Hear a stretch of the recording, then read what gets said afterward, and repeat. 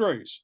Padres, yeah. Here we go. The San Diego Padres are apparently they all kissed and made up. I mean, what do you think, Lee? Is AJ and Bob, are they going to get along now? One team, one voice, at least at this point. AJ Preller's voice. He's the one that held the Zoom conference call, end of season exit meeting. There was no Bob Melvin availability. The bottom line, the general manager denies any dysfunction in the organization, but you look at his 9-year track record, it's not been a track record of success. Preller talks about the disappointment. He's in denial there's any dysfunction in the clubhouse.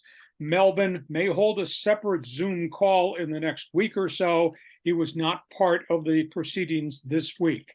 AJ said it was a lost opportunity. He says we will fix the roster. Says we will learn from the season.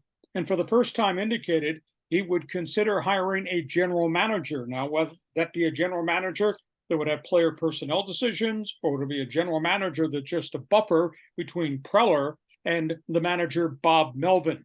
First priority, to try to sit down with Juan Soto and his agent, you know who, Scott Boras, and try to get a contract extension done. Remember, AJ said that this was a 3-year rental. Well, they've been through 2 years with Juan Soto, have yet to get to the World Series, 1 year left on his contract. But he also said, I would never consider turning down a trade offer that would really help us. So there's no definition as to what road they're traveling with Soto. My gut feel, let him play out this final year, has another banner year. You try to sign him to a mega contract. If not, you could always trade him at the deadline if the deal does not work out. In terms of Blake Snell, he did not make any comment about, quote, offering him a contract, but then he followed up by saying, who would not want Blake Snell? No comment whatsoever on the superb payroll, I should say, supposed payroll deduction that's coming from 253 down to maybe 200 million.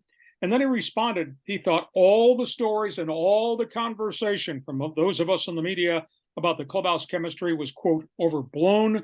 He says puts no stock at all in any anonymous comments. And the end of discussion. On we go to next year. So he says, AJ, Bob Melvin, you got 1 year, you're on the clock to fix this mess. Is it fixable? It's a huge question, John, because A, you got a lot of significant component guys who could leave as free agents. B, you got a back end of the pitching rotation, all have options and pay raises coming. They could vacate. You might wind up at the winter meetings with half a roster and still a $200 million payroll. So, John, that's my assessment. I was never going to fire either of these guys. I thought they had to go one more calendar year, but they're on the clock. They fix it or they're all gone at the end of next season. You're out in left field. You're next to the fans. You've read social media. So, John, your turn. Yeah, I mean, there's so many fans that are just irate at AJ Preller. They want to dump him. You know, getting rid of a general manager is like completely blowing up the organization, the minor league system, the philosophy, the instructors, everything. And that's a radical move at this point, especially when you have a roster that has so many all-star capable players. So I like keeping AJ. Melvin makes sense to keep. They can hopefully work things out. I'm worried about the roster. Now, Soto for next year, I like that idea, but there's no way they can sign all these guys and have the payroll come down to 200 million. Just the math doesn't work, Lee.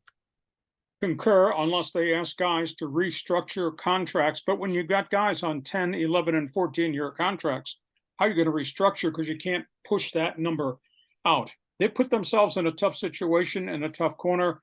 Only time will tell whether they can fix this situation. On we go. Topic 2, John. Topic